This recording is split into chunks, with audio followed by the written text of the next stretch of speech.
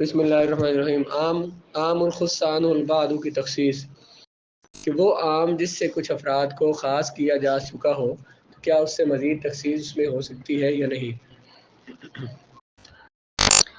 انما جاز ذلك لان المخصص الذي اخرج البعض عن الجملة لو اخرج بعضا مجهولا يثبت الاحتمال في كل فرد معين۔ کہتے ہیں کہ وہ عام جو کہ مخصوص البعض ہو، جس سے کچھ افراد کو خاص کیا جا چکا ہو، تو خبر واحد کے ذریعے اور قیاس کے ذریعے اس سے مزید افراد کو خاص کرنا بھی جائز ہوتا ہے۔ پیچھے ہم نے کیا پڑھا؟ جو عام مخصوص البعض ہوتا ہے وہ قطعی ہوتا ہے یا ظنی؟ عام ظنی ہو جاتا ہے۔ عام غیر جس سے کسی کو خاص نہ کیا جائے وہ عام قطعی ہوتا ہے۔ جس عام سے کچھ افراد خاص کر لیے جائیں تو اب وہ عام کیا ہو جاتا ہے؟ ظنی۔ جب ظنی ہوتا ہے تو اس میں سے خبر واحد کے ذریعے اور قیاس کے ذریعے اور افراد کو خاص کیا جا سکتا ہے، کیونکہ خبر واحد بھی دلیل ظنی ہوتی ہے۔ اس دلیل ظنی سے خبر واحد سے اور افراد کو خاص کیا جا سکتا ہے۔ جب مخصص یعنی خاص کرنے والا عام کے تمام افراد میں سے بعض کو نکالے گا یعنی خاص کرے گا، تو اگر بعض مجہول افراد کو خاص کرے گا تو پھر ہر فرد معین میں تخصیص کا احتمال ثابت ہو جائے گا۔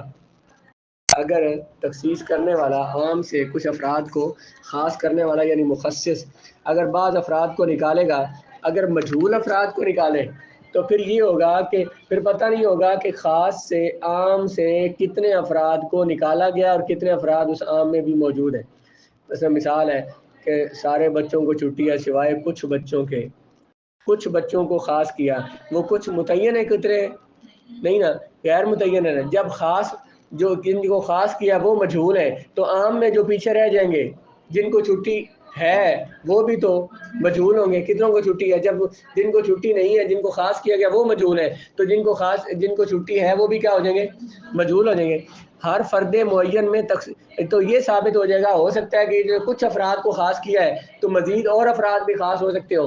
ہر فرد میں پھر تخصیص کا، باقی اور افراد میں بھی تخصیص کا احتمال ثابت ہو جائے گا کہ ہو سکتا ہے کہ وہ فرد معین عام کے حکم کے تحت باقی ہو اور ہو سکتا ہے کہ اس کو خاص کر لیا گیا ہو۔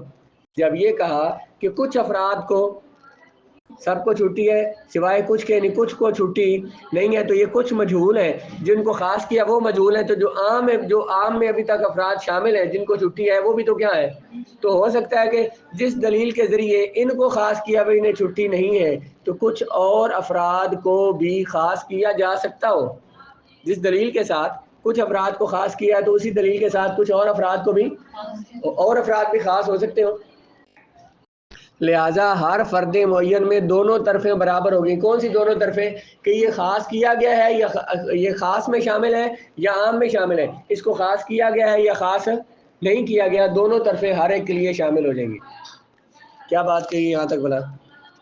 کچھ افراد کو جب خاص کر لیا جائے اور وہ جن کو خاص کیا گیا وہ مجہول ہوں تو وہ تو خاص ہو گئے، لیکن وہ متعین نہیں ہے کتنے۔ جب وہ متعین نہیں ہے تو جو عام میں پیچھے افراد باقی ہیں وہ بھی متعین نہیں ہے۔ عام کے ہر فرد میں یہ شبہ پڑ سکتا ہے، یہ احتمال ہو سکتا ہے کہ شاید اس کی بھی تخصیص ہو جائے، اسے بھی خاص کر لیا جائے۔ اس لحاظ سے دیکھا جائے تو کہتے ہیں عام اور خاص دونوں برابر ہو گئے، کہ جن افراد کو خاص کیا گیا ہے وہ تو خاص ہو گئے، مزید اور بھی افراد خاص ہو سکتے ہیں، تو وہ جو جن کو خاص کیا، جو عام میں باقی افراد رہ گئے ان میں سے ہر ایک کے بارے میں احتمال ہے کہ شاید ان میں سے اور افراد بھی خاص ہو سکتے ہو۔ اور جب تخصیص کا احتمال آ گیا، جب یہ آ گیا کہ اور افراد بھی خاص ہو سکتے ہیں، تو وہ پھر عام میں جتنے افراد ہیں وہ یقینی اور یقینی نہ رہے، ان کا یقین ختم ہو گیا اور یقین اٹھ گیا تو حکم کیا ہو گیا؟ ظنی ہو گیا۔ جب ہر ایک کے بارے میں یہ احتمال ہے کہ اس عام میں جتنے باقی افراد ہیں شاید ان کو بھی خاص کیا جا سکے، تو وہ اب عام قطعی نہیں رہا بلکہ کیا ہو گیا؟ ظنی ہو گیا۔ لہذا جب بھی کسی فرد عام کے متعلق دلیل شرعی قائم ہوگی، کسی عام فرد کے متعلق دلیل شرعی قائم ہوگی کہ وہ فرد معین ان افراد میں سے ہے جو دلیل خصوص کے تحت داخل ہیں، تو اس کی تخصیص کی جانب راجع ہو جائے گی۔ جب ہمارے پاس کوئی دلیل شرعی ہوگی کہ جن افراد کو خاص کیا گیا ہے ان پر دلیل شرعی ہمارے پاس ہوگی تو وہ افراد خاص ہو جائیں گے، اگر دلیل شرعی موجود نہیں ہے تو پھر وہ خاص نہیں ہوں گے۔ اس سے ثابت ہوا کہ جب مخصص تخصیص کرنے والا چند مجہول افراد کو خاص کر دے گا تو ہر فرد معین میں تخصیص کا اعتبار رہے گا. جب کچھ افراد کو خاص کرے گا تو باقیوں میں بھی یہ تخصیص کا اعتبار رہے گا. ہو سکتا ہے کہ باقی بھی خاص ہو جائے, تو اس عام کا حکم جو عام جس سے افراد کو خاص کیا اس کا حکم کیا ہو جائے گا؟ ظنی ہو جائے گا. لہٰذا اب جب عام و ظنی ہو گیا تو اس سے مزید افراد کو خاص کرنا ہو تو خبر واحد کے ذریعے اور قیاس کے ذریعے ان کو خاص کیا جا سکے گا. جب ہم اس کی مثال پڑھیں گے تو پھر یہ قانون دوبارہ اس پہ لاگو کریں گے. اس کی مثال اللہ تعالیٰ کا ارشاد ہے, احل اللہ البیع, اللہ نے حلال کر دیا کس کو؟ بے کو. بے کیا ہوتی ہے؟ مال کے بدلے میں مال دینا. مبادلۃ المال بالمال, مال کے بدلے میں. اس کا معنی کیا تھا؟ ہر طرح کی بے حلال ہے, جس میں بھی مال کے بدلے مال دیا جائے وہ بے کرنا کیا ہے؟ حلال ہے. آگے کیا فرمایا؟ وحرم الربا, اللہ نے حرام کر دیا ربا کو, سود کو.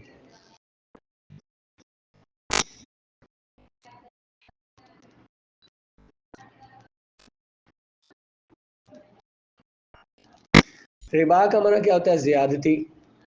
یہاں لفظ بے پر الف لام جنس کا داخل ہونے کی وجہ سے یہ عام ہے. احل اللہ البیع, البیع الف لام آپ نے پڑھا, الف لام کی 4 قسمیں ہوتی ہیں.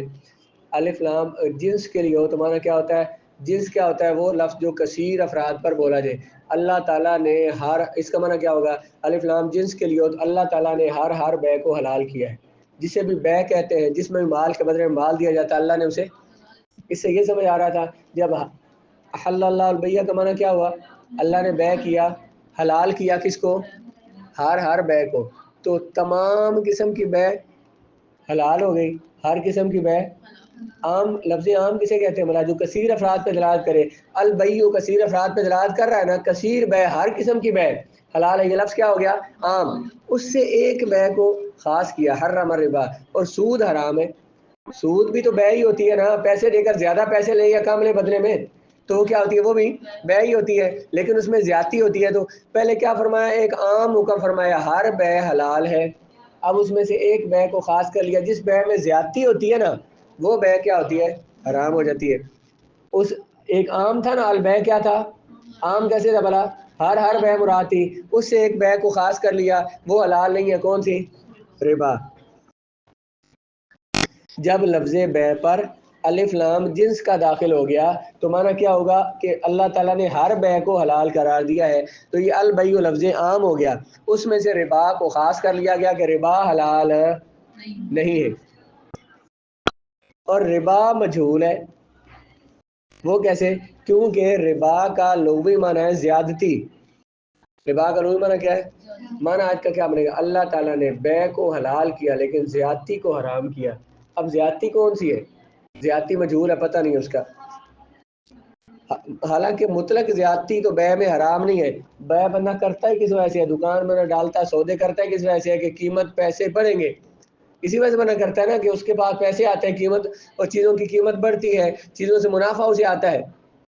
تو بے کا معنی کیا تھا؟ بے حلال ہے. تو بے تو ہر بے میں ہوتی زیادتی ہے. ظاہر بے بندہ کرتا بھی اس لیے ہے کہ اس میں چیزیں بکتی ہیں, آگے ان کے بندہ منافع لیتا ہے. تو آگے کیا فرمایا کہ زیادتی حرام ہے. تو یہ کون سی زیادتی حرام ہے؟ ہر بے میں زیادتی ہوتی ہے. تو کون سی زیادتی ہے جو حرام ہے؟ یہ مجہول ہے. بے حلال ہے کہ مطلب بے کس لیے کی جاتی ہے؟ مال بڑھانے کے لیے, زیادتی کے لیے. تو اس کا معنی کیا تھا کہ اس سے یہ بات سمجھ آئی کہ ہر زیادتی حلال ہے. جس بے زیادتی کے لیے, مال میں زیادتی کے لیے کی جاتی ہے, تو ہر بے ہر زیادتی کا حلال ہے. پھر آگے فرمایا کہ ایک زیادتی جو ہے وہ حرام ہے. وہ کون سی زیادتی حرام ہے؟ یہ مجہول تھی, اس کا پتہ نہیں تھا.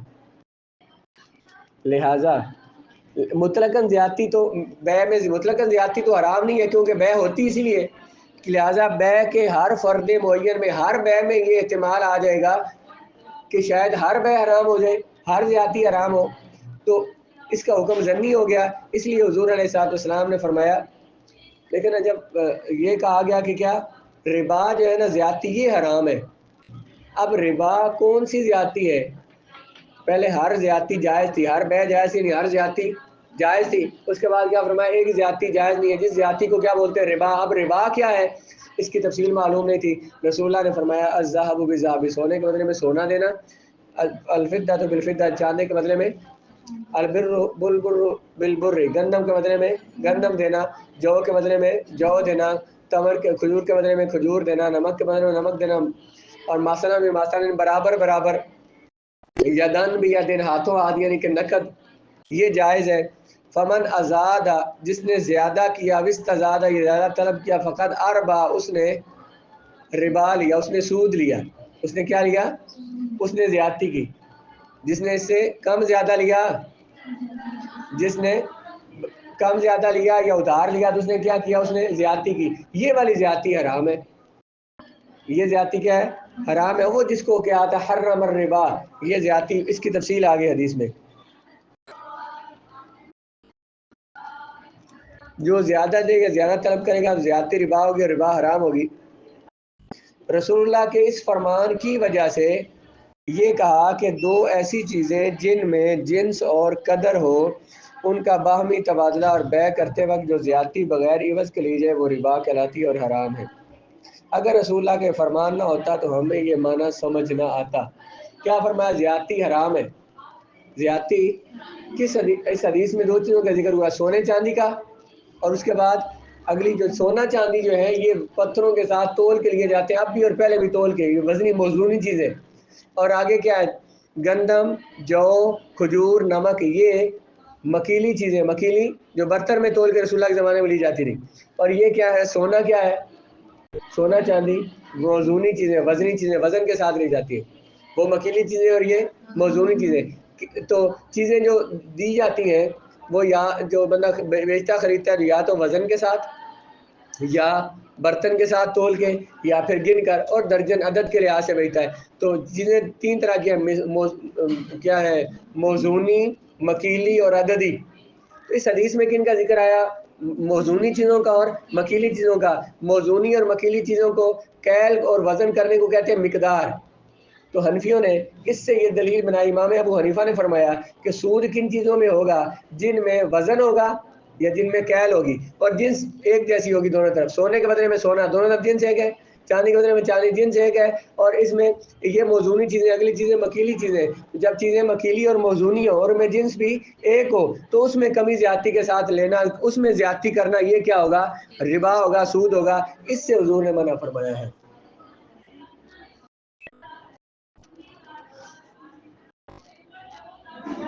اگر حضور کا یہ فرمان حدیث نہ ہوتی تو اس ربا کا حرم الربا جو قرآن کا فرمان ہے اس کی بات ہمیں سمجھ نہ آتی۔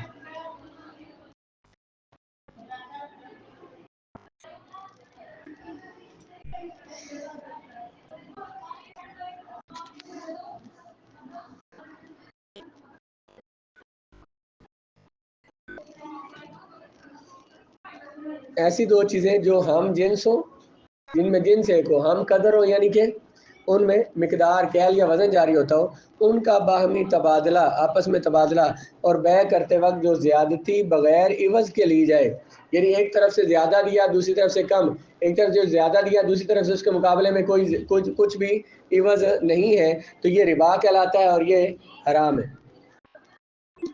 اگر حضور کا یہ فرمان نہ ہوتا تو ہمیں اس کا معنی سمجھ نہ آتا۔ کچھ آپ کو سمجھ آئی؟ کو نہیں سمجھ آئی؟ مثال اس کی دے رہے تھے کہ جب عام جو ہے اس سے بعض افراد کو خاص کر لیا جائے تو وہ جو پچھلا جب افراد کو خاص کر لیا جائے گا وہ عام ضمنی ہو جائے گا، وہ عام ضمنی ہو جائے گا۔ اب اس کو مزید دلیل ضمنی کے ساتھ اس میں مزید تخصیص کرنا جائز ہے۔ جب بیع عام تھی کہ بیع حلال ہے، اس کے بعد فرمایا کہ سود حرام ہے۔ سود کیا ہوتا ہے؟ اس میں زیادتی ہوتی ہے۔ سود کی تعریف کی ہم نے، جس میں مال کے بدلے مال دیا جائے، ایک طرف ایسی زیادتی ہو جس کے مقابلے میں دوسری طرف کچھ نہ ہو، تو یہ ربا ہو جائے گا، یہ حرام ہے۔ تو اب جس چیز میں جس بیع میں یہ چیز پائی جائے گی اس کو بیع میں کیا فرمایا تھا؟ ہر بیع حلال ہے، اس میں سے جس بیع میں یہ چیز پائی جائے گی اسے نکالتے جائیں گے، اسے خاص کرتے جائیں گے، وہ چیز جائز، وہ بیع جائز نہیں ہوگی۔ اس عام میں سے جس میں اس طرح کی زیادتی ہوگی اسے خاص کرتے جائیں گے، اس کی بیع کرنا جائز نہیں ہوگی۔